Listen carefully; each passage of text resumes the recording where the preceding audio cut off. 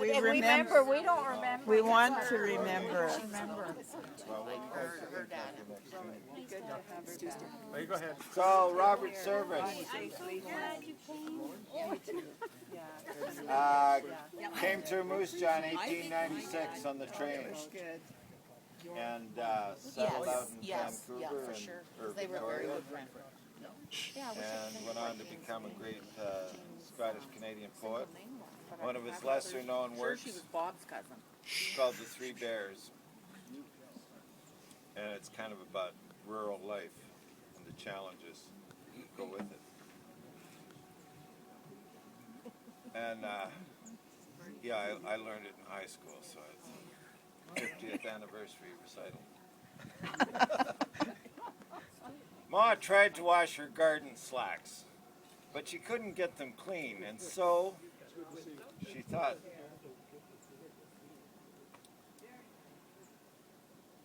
she'd soak them in a bucket of benzene. It worked all right.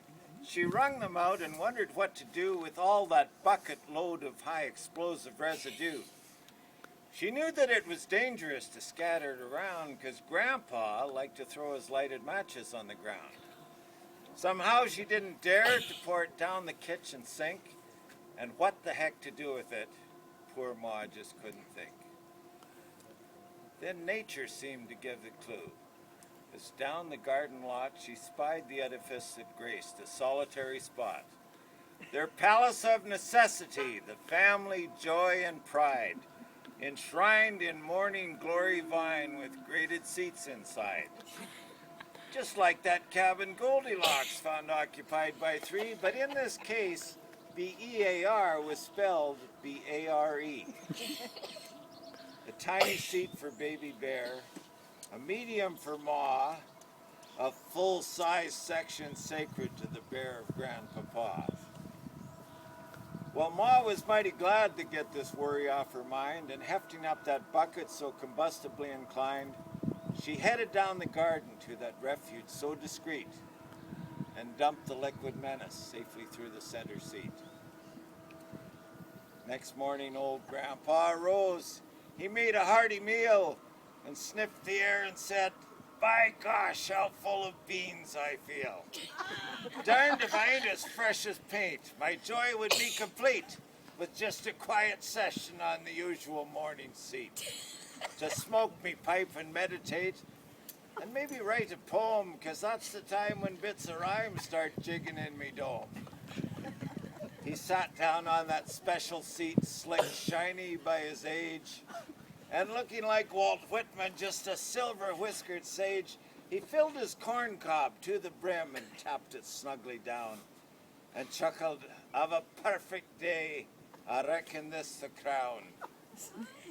He lit the weed, it soothed his need, it was so soft and sweet. And then he dropped the lighted match clean through the middle seat.